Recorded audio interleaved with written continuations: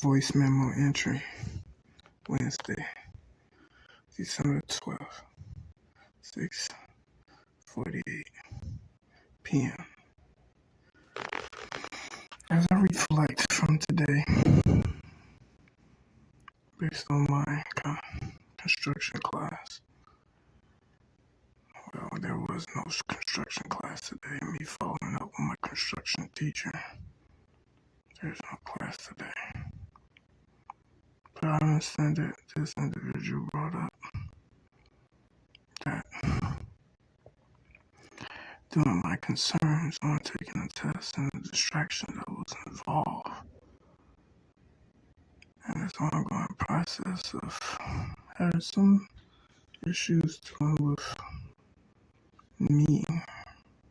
I don't know what that is, but dealing with me, just being in class and being there. I think it's a character thing, which my only concern is anything that jeopardizes my life or my livelihood, I stand firm. Back to what I was saying.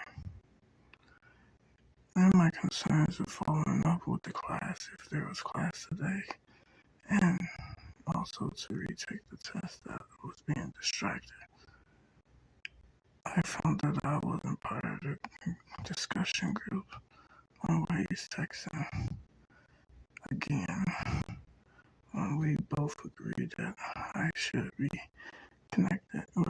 communicated with personally from him directly towards him. And I reminded him that I don't have WhatsApp for many reasons based on my iPad, of course. We just talked about that. Long story short, he brought up the point that, oh, you haven't been coming to missing class or you haven't been going to class. I'm like, what? Remind you, I had appointments. I only missed one class last week due to my bed transferred. And my appointments that I have with therapy sessions, which I have come to class and sat in on and signed in and told them that I have to leave early. As class been let out sooner than usual. He brought that up. Amongst the other issues that I had to address during this experiment. But as I was reflecting, I'm starting to see the selective group of people, my demographic of people, I have been having an issue with that's been collectively and focusedly and participatingly trying to undermine me purposely as I've been here in Miami. I love Miami. The terrain is beautiful, which is perfect for me. And I feel like I've been here before in my past life for many reasons. And this present moment, as I reflect, is that I've been dealing with these people as a pattern, as I reflect, since the house. Like when I got the house, it was already rigged. It was already, what I might say, already rigged up and complete. You started with the refrigerator, the first refrigerator. Like I told you, I had looked like it had blood in it and everything else. Like, I'm like, what the fuck is this? And they had the nerve to share her that at the same time. My ex-girlfriend, of course, who supposedly got that place with, because it's initially supposed to have been for her, for her kids. Long story short, that didn't last long. Took on the responsibility and did what I have to do. But I had to keep up with this landlord or slumlord, I might say, because there was a lot of rig stuff that was going on with the house. And I know that my experience there is doing construction, building that, I believe, another residence part over there. So these people the construction worker has to park all in front of the house, alongside the gates around the house. So it's like a lot of shit I had to deal with verbal harassments and things of that nature. And on top of that, I had nosy neighbors that was being very disgruntled on the same thing. Come to find out, they was all part of this scheme. And I'm trying to warn some of my indigenous, melanated, autochthonous individuals that you have to be aware of these states that's playing these games with the people of America. As I was in this house getting it together for like the look of my life and got a job, which was another undermining thing too, which was actually right next door down the street. And I'm in La Havana, remind you, I'm living in La Havana. I'm in a house on the corner, and it was one of the only, really only black young adult male, melanated male, doing this thing. Did what I had to do to get everything going, the lights on and everything. And I was paying like $2,000 plus utilities and etc. But yet I wasn't fully comfortable because I had people tampering with the door. The back door wasn't complete or locked or flushed in. Had to get them to change that because the landlord, the slum lord, whatever the fuck the case may be, kept pushing and postponing it back for the maintenance people to come in and fix it, which is this carpenter guy who had some type of, I've been dealing with these individuals that's been all in my business undermining me. The one night, the guy that I met who, supposedly when I was walking my dog, which was another experience as well, I was walking my dog because these guys started driving around me and, targeting me. And one of my experiences, they had to mention Trayvon Martin and shit. Fucking assholes. But I documented all this shit too and put it on my Instagram and all that, along with reports and shit that I had to do consistently. I was walking the dog and this one guy on the truck, right, stopped and said, "Yeah, man. Oh, yeah, I do door work and shit, trying to be subliminal. This is how I knew I was really being targeted from these people."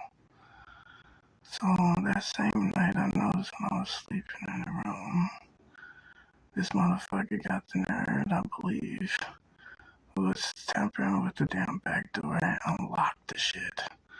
So they was really invading my shit and everything else. This is the thing that I was dealing with. And so I'm just starting to reflect on all the issues and scenarios that I had to deal with. Watching me leave out the house, just weird ass shit, trying to rush me to pay rent and shit. When rent wasn't due and I paid rent, sometimes I paid the rent 2 weeks in advance and shit because I was on top of it. I was, doing what I had to do. I was getting the cash flow in with my, hustling around with the jobs and shit. Picking up another job, and this job didn't want to pay me, and dealing with the same people. And because I had got COVID and things of that nature, and I come to find out, as I'm just constantly reflecting my experiences on the beach, from hustling, doing photography work and stuff, these people really have been targeting me and undermining me.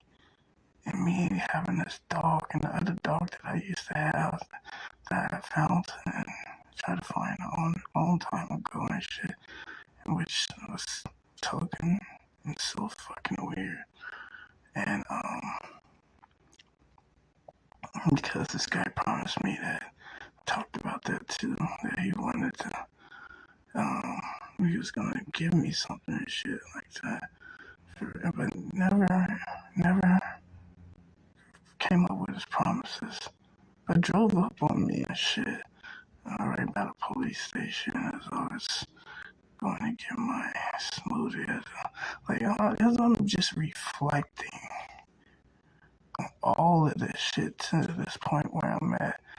And I'm starting to see it was a congruent amount of effort to bring me down to this state. And this is one of the reasons, not one of the main reasons that I get therapy from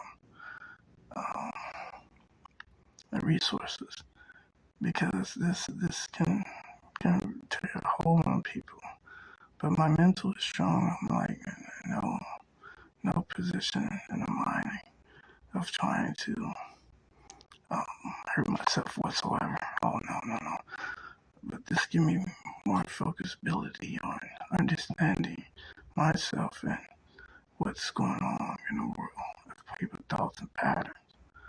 But as I was saying, like, I really reflecting on this and seeing, like, they always been trying to get me to move or make me uncomfortable and not get comfortable. I was making money doing Airbnb, having that place that got undermined, and many reasons. And I'm just reflecting. I'm just reflecting on this shit. And as I reflect and starting to compare and putting the dots together, of course, I'm starting to see the full circle of things. That's why I came out with this documentary about Ops of America, war on Indigenous people. Because I'm here first and experience it. I came down here before post-COVID. Wish I had to open it up and get the beach open to get these people, my people especially, something to do, as it was locked down. Little did they know. And then I noticed some of the people that came down here purposely used to be with was telling me, like, yeah, man, these people, they be, running it and stuff. They try to draw you crazy, but come find out they moved. So I've been dealing with this strongly, independently, on a real point of myself. And, I understand that, a man has to do what a man has to do by any means when it comes to a situation like this to press forward. And it just gets tiring to talk about it, but I feel like, when I can see these patterns in this current situation and stuff too, they didn't never want me to have anything. I always want to take something away. Like, even I was moving from the place and telling them the experience from the house. These people drove up in their fucking trucks and cars and waited for me to move out to take my fucking things, my belongings as I was moving out. And the guy was rushing me to, even when I expressed that I needed more time, and because it really wasn't. I'm moving out before the actual, the so-called lease is up because of the fact of experiences that I'm observing and displaying now. So I'm telling you, my beautiful people, are you guys ready? Because the independent and solo thing is not gonna be the whole things of going about it when it comes to civilization building and protecting your indigenous standards as a whole. I just want to shorten this up and keep it like that.